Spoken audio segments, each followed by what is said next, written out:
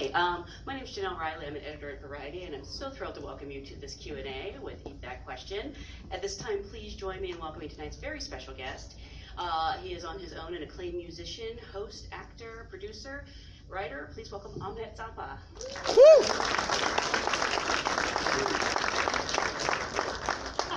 Cider. Cider. Want my cider? This is the microphone?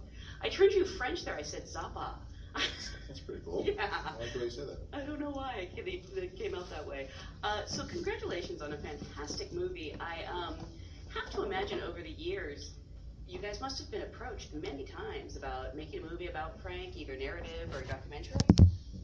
Yeah, I mean, this journey was 8 years in the making. So it's kind of a interesting, I guess, relationship that Gail had with Thorsten, the director, who's awesome. I don't know if you guys can hear me if I have to keep it close to my face, but Thorsten did an amazing job, and originally he tried to get in touch with my mother, and I don't know if it was always this same creative vision, but I mean, he really did an amazing job, and we were so excited. And part of the big assignment was there's all this footage out there of Frank that we really want to identify, and Thorsten had to have the patience of a mystical adventurer, warlock, archaeologist to find all of the footage to be able to kind of put this narrative together. And why did she say yes to him? Because, like I said, I have to imagine people had approached her before. Well, there was people have, and there were other projects that stopped and started. And his vision after talking with Gail about his relationship to the media and that sort of point of view was really interesting to her. And there was a lot going on, I think politically at that time, and their conversations, and certainly in the territories that Thorsten was investigating where the footage was from, and what I think Frank stood for, still stands for, in those territories. It was that notion that made her feel comfortable, and then the film and certainly Thorsten's relationship with Gail grew over the years, and it ultimately became this film, which again, my mother, the last time she got to see it, that's so gnarly. Thorsten had flown in from Germany, and my mother and Thorsten had this game where they would bring each other cakes, or my little sister would bake cakes, and then they would have this sort of cake off. And, we're just big loving family, and the last time he showed up with this cake that Gail really liked, and it was a couple days before she passed, so my mom wasn't able to see the final cut. But she saw quite a bit, right? Yeah. I mean, there's maybe 5% that changed, but this Thorsten and Gail had a really special relationship. It was an 8-year journey. So. And you mentioned you may not know Thorsten is from Germany, but he became a huge fan of Frank's at a pretty young age. I think it's a teenager, maybe. I haven't really talked to him about that. My interaction with him was more as a producer and really trying to champion his vision, and certainly getting him what he needs from the archives and the music, and I approach that in many ways. When you believe in an artist and their vision, if you are working in the capacity of a producer, I think they have a job of first in that relationship convincing you that they can do an awesome job, and that's in the capacity that I know my mother worked with in many respects with my dad, and certainly using assets and footage of Frank. So she really had to believe in Thorsten, and he is. I wish he was here today because he's really an exceptional filmmaker, and I don't think he was really expecting that so many people would like this movie as much as they do. I hope you all really enjoyed it. Still here. That's awesome. We really did a real labor of love. I just think it speaks to the universal power of Frank's music too. That some kid in Germany, all these years ago, fell in love with his music. And what do you think is the secret to his enduring appeal? I don't know. I mean, I grew up. He was my dad, so my relationship to the music is totally different. I saw him as. I know how to answer your question, but if I was going to be honest, where I'm conflicted being the son of in that situation is what I see and saw in him was someone who had so much integrity and was just tireless in terms of creating and making the art that he made. And I think people respect that in that he was an ever-evolving, very prolific musician and a very a free-thinking individual. I think very practical, sensible, funny, principled person. So, and he was that way at home. And he really wasn't any different, except that his guard was down. If I needed a hug or wanted to have a conversation with him, he was always there when he was there. Otherwise, he was a workaholic.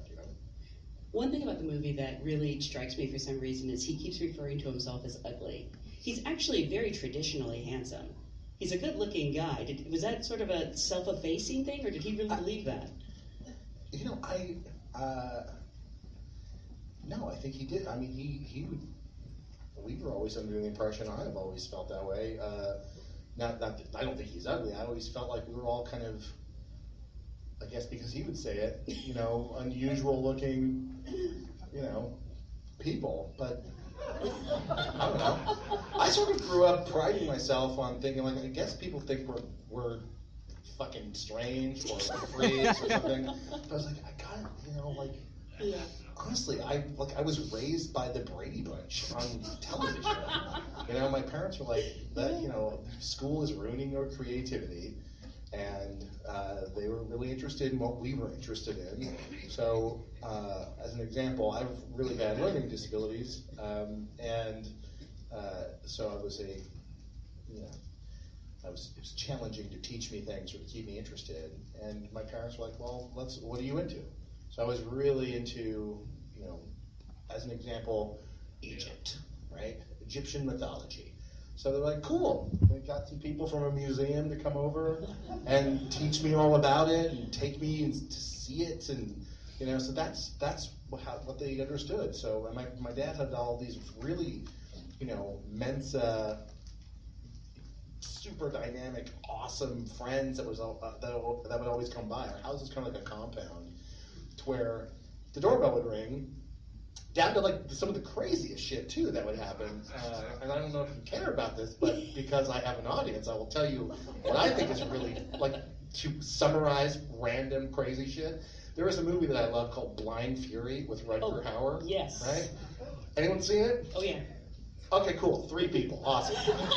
All right, so he's wounded in a war. I don't know what war it is, right? But somehow in this village where he's wounded, they take him in and they teach him how to use a samurai sword. Are they samurais? No. But he's like in the Congo or some shit, right? Learns how to use his other senses after losing his eyesight. And then in the movie, flash forwards to him in Orlando. Blessings to everyone in Orlando. He's in Orlando and he's walking the streets with a sword cane. Okay. I literally have just seen this movie, and with one of my best friends, and he's like, I gotta get one of those swords. So we tracked down where this sword is made. Diligent Dwarves. Coincidentally, it was just down the road from Joe's Garage, where my dad would rehearse. Okay, right next to Doc Johnson, where you could buy some dildos. And behind that was where you could get some swords from movies. Okay. So we are super dorks and loving this, and they have one. So my friend buys one, okay? All right. About 2 weeks after the movie comes out, now he has his Rutger Hauer exact copy, He's like, look, I'm right down the street. I'm going to walk over with the Blind Fury sword. Okay? He walks in. I'm up in my room. Okay? My friend Tori walks in with the Blind Fury sword. Okay? And this is maybe 10 seconds after Rutger Hauer, who we do not know, has found out where my dad lives, rang the doorbell, and they're like, sure, come on in. So basically, who answers the door, the front door, the kitchen door, is Rutger Hauer, who's like, hey, that looks familiar, takes the sword out, he's like, puts it back in, hands it back to my friend, and he like is like shitting his pants. He runs up my room, he's like, Rutger Hauer's in your kitchen. I'm like, a replicant is in my kitchen? Right? And I run back down, and Frank wasn't up. So Rutger was like, yeah, I guess I'll come back. I didn't meet him that day. But You didn't meet Rutger Hauer? I did eventually, but, you know, I don't know why I told you that story, but those are the kinds of crazy things that would happen at our house, which are awesome. So Rutger was your fan and just showed up? All the fucking time weirdos would come over to the house. He's not even a weirdo, but I mean, like, people like Rutger Hauer who you want to stop by, if you're into Blade Runner, you want him to come by the house, yeah, he came by. Who was probably the strangest person that showed up that you wouldn't expect? I mean, Rutger Hauer's pretty. Well, that's the thing about Frank. He was such an intellectual that it was everybody, and you know, if you were super passionate about something, or the underdog, that was like, of course, come on in, let's talk. Always, and my mother was that same way. Super. They were the most generous people.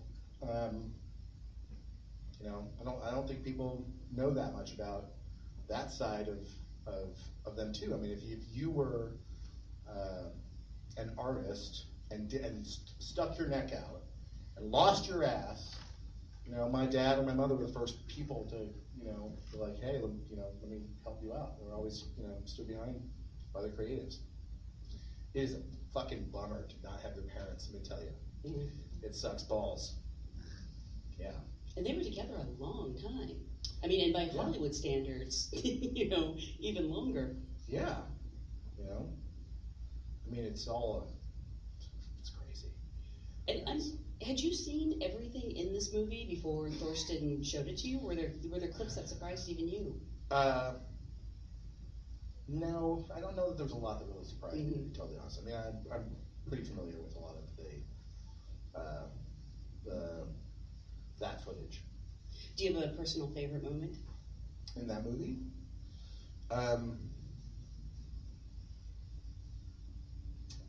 You know, no. I'm gonna answer it by not answering your question exactly. There's a piece of footage or audio that I want to find. So if anyone in here knows where this is, okay, my dad, does anyone in here remember a guy named Joe Pine? Okay, all right. So my dad was, you know, really into his politics, and he goes on Joe Pine's show, and he I think he did the show out of Orange County. I could have this totally wrong, but I want to say, and this, I could have a little bit of misinformation here, but it's pretty close to, you know, it's been corroborated, if I'm saying that word right. All right, so my dad does the show. Joe Pine was a very right-wing kind of a guy, and I think he lost his leg in a war, and you know, okay, so we can talk. And my dad goes on the show, and he says, and this is kind of a testament to the mutant powers that my dad has. Like, I mean, you saw it in this movie. My dad always said exactly the right thing at the right time, in my opinion. And this example on the Joe Pine show, and I've never heard it, or I've never seen it.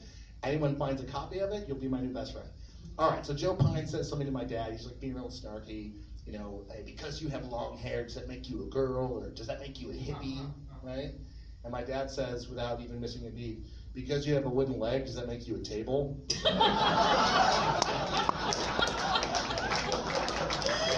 So, I mean, like, that is fucking genius. He's a fucking genius. So as a kid, you know, if I went to my dad with a problem, this is how he would answer things. He's like, well, look it up. Look it up. There's an encyclopedia over there.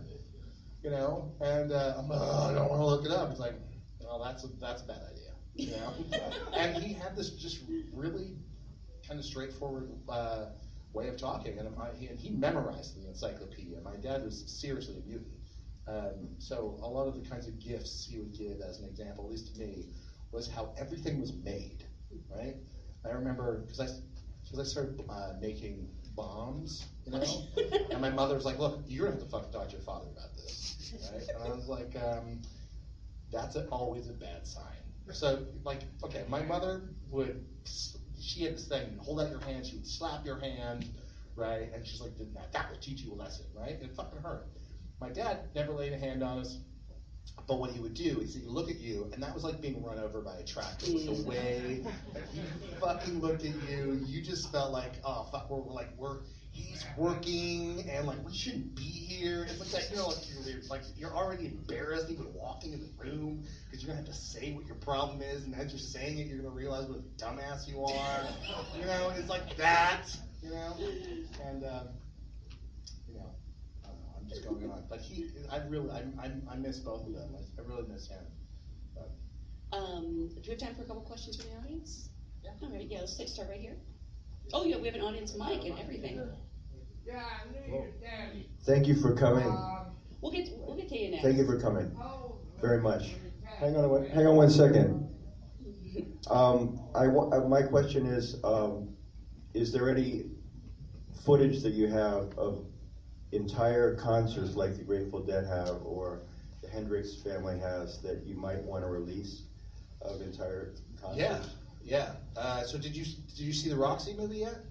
I haven't seen that one. Oh well, anyone here seen the Roxy movie that we just put out? Yeah. So are you a fan of the Roxy record? Roxy Now Swear record?